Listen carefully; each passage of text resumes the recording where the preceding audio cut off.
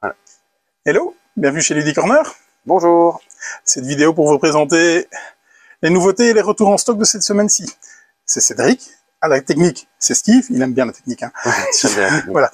Avant de commencer, je vais vous parler de 2-3 petites choses pour le magasin. Ce soir, c'est soirée jeux. À partir de 19h, soirée jeux libre. Les tables sont là, les jeux de la location sont là. Faites-vous plaisir.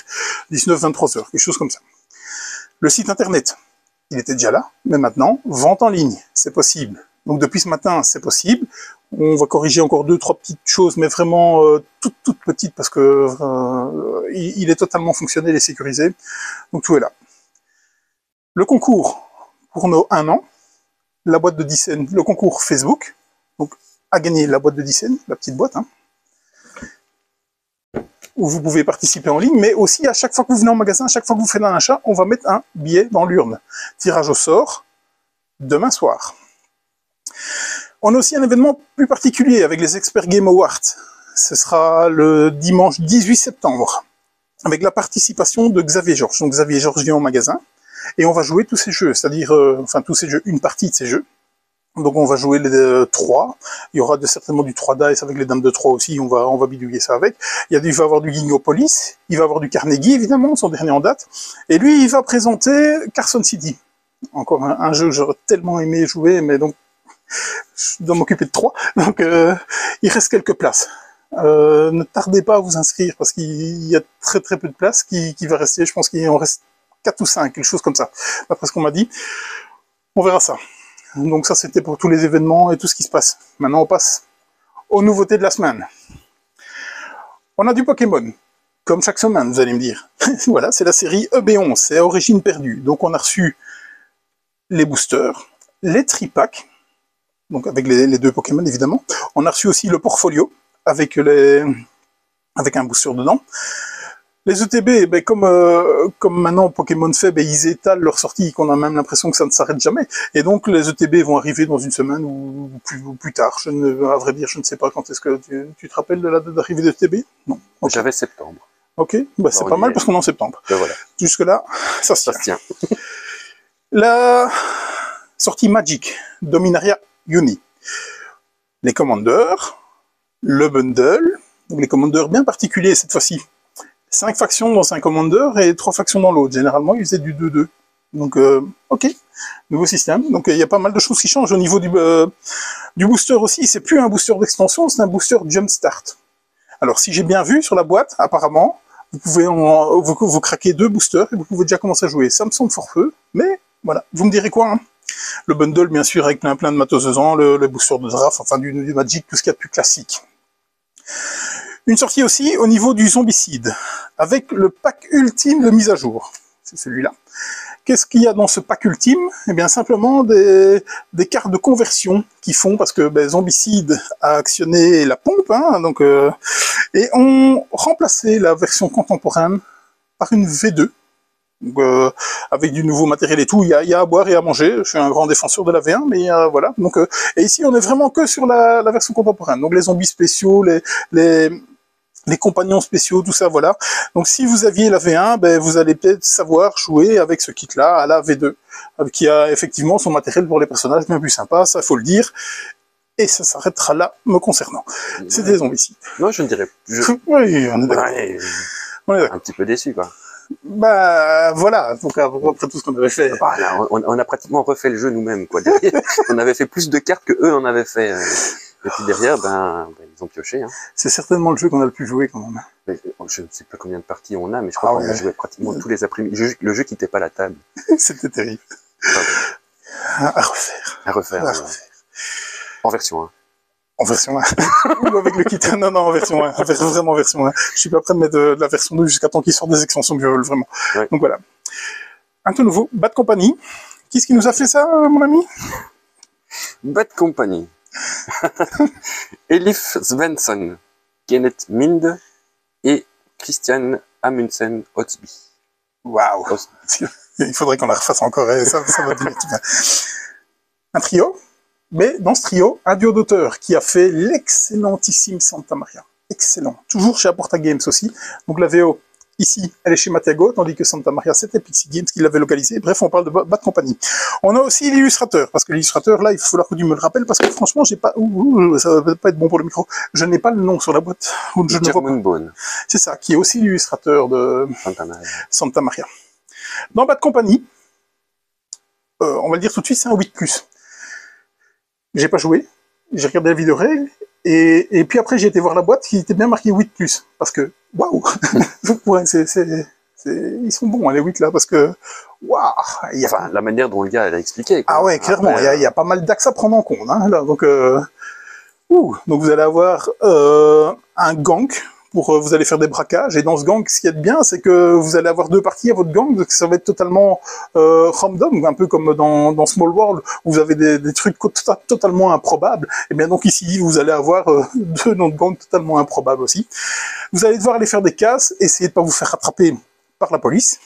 Vous allez aussi essayer d'upgrader vos malfrats, vos gangsters, voilà, en leur mettant des accessoires tant bien que mal pour essayer de prendre des majorités pour leur mettre les plus beaux colliers, les beaux colliers de rappeurs, là, vraiment. Donc, ça va s'arrêter là, parce que je n'ai regardé que la vidéo règle, et j'étais tellement stupéfait que c'était un 8+, que voilà, à un moment donné, j'ai déconnecté dans ma tête. Je sais pas, tu n'en... Mais non, moi aussi, par moment. Ok. Voilà, tu peux rester en place, ça sert à rien de zoomer. C'est pas beau celui-là? Voilà. Un beau paquet blanc. Voilà, un beau paquet blanc. Je sais pas, il doit certainement avoir une raison marketing à ce genre de choses, mais on me l'a pas dit en tout cas celle-là. Donc, c'est là-dedans, c'est les pièces métalliques de Libertalia. Libertalia aussi, je vous en avais parlé il y a plusieurs semaines, un jeu qui m'avait beaucoup plu avec un système d'action qui allait et qui venait. Je trouvais ça très sympa. C'était fort chafouin, hein, donc il y a de la fight, et donc vous avez des pièces métalliques pour ce jeu, où vous allez donc pouvoir l'upgrader. Faites-moi confiance, elles sont très belles. C'est vraiment des très belles pièces. Il va falloir me faire confiance, hein, du coup, parce que vous ne le verrez pas. C'est du Sommeyer Games. Donc, voilà. Bien sûr, Libertalia en version originale. Ici, on a les œufs pour Matago. Là, par contre, ils ont mis ils n'ont pas été poussés jusqu'à mettre un truc blanc devant. Donc là, on les voit bien, les œufs. Et donc, c'est des œufs custom pour Wingspan, bien entendu. Aussi, Stonemaier Games dans la VO et Matago dans la VF. Mais bon, pour les œufs, pas de problème, il n'y a même pas de règle avec. Vous pourrez vous la péter parce qu'ils sont vraiment très beaux, les œufs. Ça ne changera rien au gameplay, hein, donc, mais vous aurez au moins de très beaux œufs pour jouer à Wingspan. Les aventuriers du rail, ils se disent on va faire comme Pokémon, on va en sortir un chaque semaine, et voilà, les aventuriers du rail, c'est mon premier voyage. Donc c'est un aventurier du rail pour les enfants. Donc c'est du 6+. Et ce train-là, il sera bien à l'heure parce que c'est pour Halloween, parce que c'est le train fantôme. Toujours aux manettes. Monsieur Moon, qui a fait l'excellentissime... Chaque fois, l'excellentissime Airlines Europe, qui n'est plus édité à mon... Mais je m'en fous, je l'ai. Donc voilà. Donc, voilà. Ah, je l'ai vu en occasion. Oui, mais on peut pas être parfait. Donc, et faire une bêtise pareille, ça arrive. Donc voilà, Julien Delval, au niveau des pinceaux, très beau. Je le trouve très joli. Franchement, au niveau des enfants, à mon avis, ça va cartonner. Parce que on y est là. En plus, oui, tu peux faire un zoom, hein, bien sûr. En plus, Halloween arrivons bientôt. Pour une fois, le train arrive à l'avance. Et donc, là, c'est pas mal. Donc, on est pas mal pour Halloween. C'est très joli. Donc, Julien Delval, dans la maison des Souvenders, hein, Mémoire 44. Les Chevaliers de la Table Ronde, mais Res Arcana, pas chez des Souvenders, mais Res Arcana pour Julien Delval aussi, oui, bien sûr. Le gros morceau de la semaine, Massive Darkness. C'est l'opus 2, donc c'est la boîte de base 2, c'est Hellscape, parce que Massive Darkness, vous avez eu l'opus 1, avec pléthore d'extensions, parce que évidemment, c'est un Kickstarter, c'est Moon, c'est Kickstarter. Donc voilà, à l'instar de Zombicide, la grosse boîtasse avec plein de figurines, qui est-ce qui nous a fait ça, s'il te plaît bien? Alexandru Oltanu et Marco Portugal. Voilà. Par contre, ça me dit rien. Je pense qu'ils n'ont fait que ça. Non, non, ils ont fait Hank. Oui, Hank, voilà. Hank. Cthulhu Médaille. De quoi? Cthulhu Médaille. Waouh. Ouais. Du lourd. Bah oui. Du lourd. Quoi. Ouais, du lourd, vraiment du lourd. Au pinceau, c'est Edouard Guiton. Edouard Guiton, on connaît surtout pour sa participation aux Zombicides. D'ailleurs, il a eu des spécial guests hein, dans la contemporaine et dans le Black Plague. Voilà, c'est un jeu coopératif, ou donc à scénario. Avec un petit, donc chaque personnage aura ses spécificités et tout, et donc va jouer différemment, mais aussi en fonction de l'endroit où vous vous trouvez, ça va aussi évoluer, parce que quand vous êtes dans l'ombre, vous avez certaines capacités qui ne s'activent pas et d'autres qui s'activent, et quand vous êtes dans la lumière, c'est l'inverse. Et donc bien entendu, à chaque fois que vous avez fini de jouer, les ennemis vont arriver. Donc vraiment, un autre univers que Zombicide, avec quand même pas mal de similitudes. D'ailleurs, d'autant plus que maintenant, avec l'extension Washington ZC, qu'il y a aussi ce jeu de lumière dans le nouveau Zombicide, dans la V2. Chez Renegade, localisé par Origame, le trésor de Davy Jones. Vous allez incarner un pirate, il va falloir piller un bateau. Mais ce qu'il y a de bien, c'est que les tuiles vous allez placer les tuiles au fur et à mesure. Donc vous allez monter votre bateau au fur et à mesure. Et dans ce bateau, il y aura le feu. Et donc vous allez essayer de piller un maximum avant de vous faire cramer. Et donc c'est quand même assez fun. C'est pas nouveau, hein. C'est un jeu de 2015 qui la localisation vient seulement de sortir. Et je pense peut-être même qu'il était arrivé sur Kickstarter. Mais là je m'avance quelque chose. Qu'est-ce qui est? C'est Ken Klenko. Qu'est-ce qu'il nous a fait? Pandémie. Pandémie, oui, Rapid Response. C'est ça, un des pandémies, oui. Ouais. Oui. D'accord. Au niveau des illustrations? Chris Otswowski. Ok, il nous a fait quoi? Tide of Time. Ah oui, et Tide of Madness, du coup. Ouais. Ah ouais, ok. Je savais pas. Voilà, j'ai vu la vidéo règle. Ça m'a donné envie d'y aller, hein, vraiment, parce que j'aime bien ce système d'incendie qui quand même, avec cette jauge de chaleur, que quand vous allez rentrer, vous allez avoir une jauge de chaleur. Ça a l'air très sympa. Il a le petit marqueur d'excellence, donc ça doit quand même être assez bien. On est sur du 12+, des parties pour 5 joueurs, des parties de 60 minutes, à peu près. Donc c'était le trésor de Davy Jones, chez Origame et Renegade. Une extension pour viticulture. Une extension toute particulière pour viticulture, parce que c'est Viticulture World, donc elle est en VO pour l'instant. Il me semble avoir vu passer qu'il y aurait peut-être une VF, mais voilà, là j'en suis pas si sûr. Donc on est encore sur du Stop Meilleur Games, généralement matériel de qualité, jeu de qualité. Un 6 joueurs, c'est du 14+, évidemment, pour des parties assez longues, somme toute. Donc viticulture, ce jeu de pause d'ouvriers, vraiment tendu, très tendu. Et donc on est dans un coopératif. Cette fois-ci, l'extension amène le jeu coopératif. Donc étant un joueur de coop et un en viticulture, je ne peux qu'être hypé par ce jeu. Par contre, au niveau des auteurs, ça a changé. Si tu veux bien, Steve. Oui, c'est Mihirsa, ou Mihircha, je ne sais pas comment ça se prononce, et Francesco Testini. Ok. Le premier, je pense, il me semble, hein, là, je parle de mémoire et je vais peut-être dire des énormes bêtises, que c'est un fan et qui avait fait une extension fan-made et que pour finir, je pense qu'ils l'ont édité. Et je pense que c'est ça. Et l'autre auteur, il a fait des... Il me semble. Et Murano. Oui. Murano. Momiji. Oui. Dernièrement chez Silex, oui. Ouais. Il a fait aussi Tank Garden, mais je ne connais pas celui-là. Ouais, Tank Garden, très beau jeu aussi, financement participatif. Il était chez Lucky Duck Game, je pense, il me semble. Voilà, Viticulture World, c'est de la VO. On a reçu un bel arrivage de VO. On continue après sur la VO.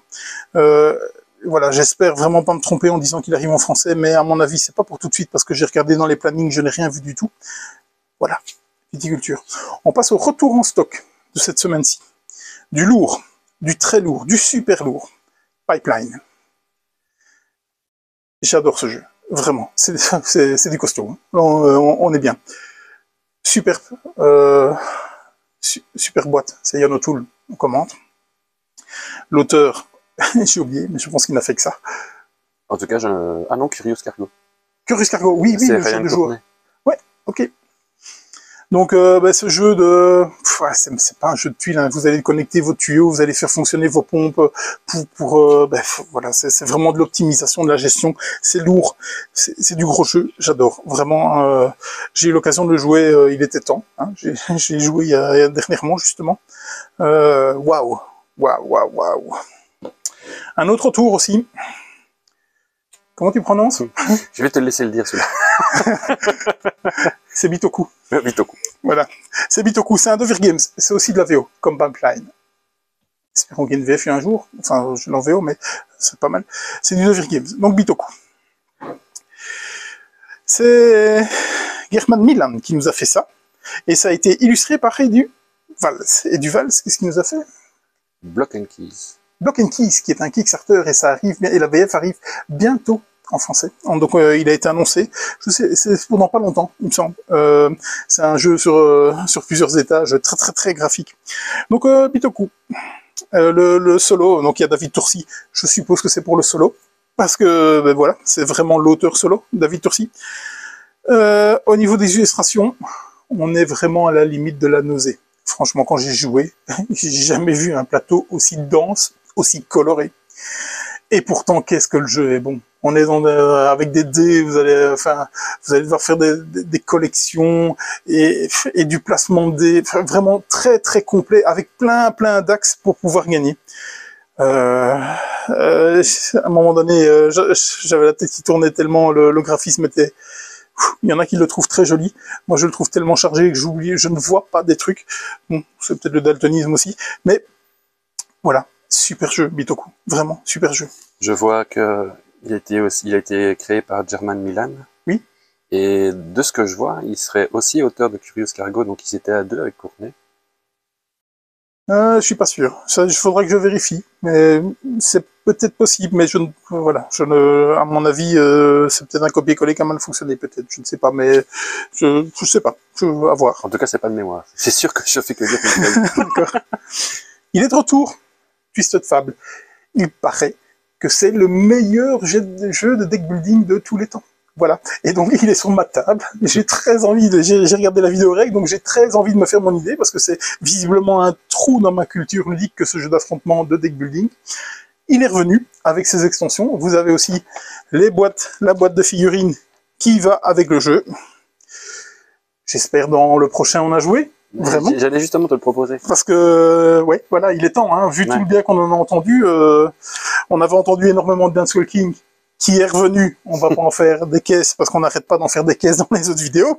Donc voilà, Skull King, on a eu une micro-coupure, hein, 3-4 jours. il est revenu, on l'a blindé. Hein. On l'a blindé, on verra combien de temps ça va tenir. Ouais, pas longtemps. Énorme retour que celui-là aussi, Next Session London. Très très bon Flip and Write, vraiment super bon. Matthew Nelson aux manettes de ce jeu. François Morin au niveau des illustrations, c'est possible ça? Maxime Morin. Maxime Morin, pardon, qu'est-ce qu'il nous a fait Maxime Morin? Petit Peuple. Petit Peuple, oui. Trek 12. Trek 12. Codex Naturalis. Codex Naturalis. Ça n'enlève rien. Son Flip and Write est excellent à Matthew Nelson. On l'a contacté, Matthew Nelson. Il nous a répondu. Il est super sympa, Matthew Nelson. Qu'est-ce qu'il a fait d'autre, Matthew Nelson? Elysium. Oui, Elysium. Chez les Space Cowboys. Chocolate Factory. Oui, Chocolate Factory, oui. Et Monumental, oui, le caisse Monumental de chez Funforge. Voilà, c'était dans la démesure le plus totale. Donc, Next Session London, quand vous venez acheter au magasin, dites-le nous, on a fait faire des goodies exclusifs pour notre anniversaire de Next Session London, qu'on a envoyé à Matthew Nelson, qui a validé, et son équipe a travaillé pour corriger notre goodies, et là, on en est super fiers, on est vraiment des coqs là-dessus. Donc, franchement, Next Session London, c'est un top jeu, c'est du beau travail de Blue Orange, fort sympathique, les personnes de Blue Orange qui franchement, qu'on s'attendait pas à ce qu'ils fassent, du coup. Voilà, le jeu de la semaine, ça va aller vite. Je voudrais quand même faire un petit clin d'œil à Alain-Pierre Forçon qui nous a aidé, enfin qui a clairement qui nous a fait la surprise. Qui nous a fait la surprise. AP, merci beaucoup. Ouais, franchement, t'es un top mec. Parce que là, on s'y attendait pas et c'est du top boulot. Franchement, c'est nickel ce que tu nous as fait là. Et on n'est pas peu fiers de l'avoir présenté à notre anniversaire. Ouais, vraiment, clairement. On était très très contents. Super taf, mec. Impeccable. Le jeu de la semaine. Maudit. Où ça se joue dans la boîte. Je vous en parlais la semaine passée parce que c'est arrivé, donc je vous l'ai dit qu'on allait le jouer. On l'a joué, donc on va pas s'étendre énormément sur ce jeu parce que il est bien, il est vraiment bien, c'est un jeu de mots. Je trouve la mécanique très très sympa de savoir qu'il faut gagner vraiment, donc il faut faire deviner le mot pile au bon moment. Et ça, c'est pas mal parce que ça donne énormément de réflexion parce que à plusieurs reprises, nous, on savait le faire deviner bien plus vite. Et donc, il a fallu être très, très fin pour qu'il ne soit pas deviné bien plus vite. Le format de boîte est pas mal. On sait le jouer partout. Je pense qu'il a pas mal d'avantages et je pense qu'il va rester longtemps dans les magasins, surtout dans les top ventes, à mon avis, je pense. Hein. Donc, c'est du... Oui. C'est du bon. Ouais, non, c'est du bon. Ouais, très bon. Hein. De toute façon, c'est le genre de jeu qu'on aime bien. Ouais, clairement. Ouais, en plus, ouais, pendant les fêtes, je pense qu'il va cartonner ce jeu. C'est du Cocktail Games. Généralement, Cocktail Games, c'est plutôt bien hein, ce qu'ils font. Toutes les petites boîtes et tout, ils n'en rajoutent pas des caisses. Donc, c'est pas de la surproduction. Donc, c'est pas mal, franchement. Je vous ai un peu tout dit. Il y avait déjà pas mal de nouveautés, mais il y en a encore pas mal sur la route. Hein. Il y a vraiment du lourd qui arrive. On verra ça dans les autres vidéos peut-être. Donc voilà. Ouais. Le mot de la fin. Au revoir. C'est pas mal ça. Bah écoute. À bientôt. Chez Lady Corner. Salut.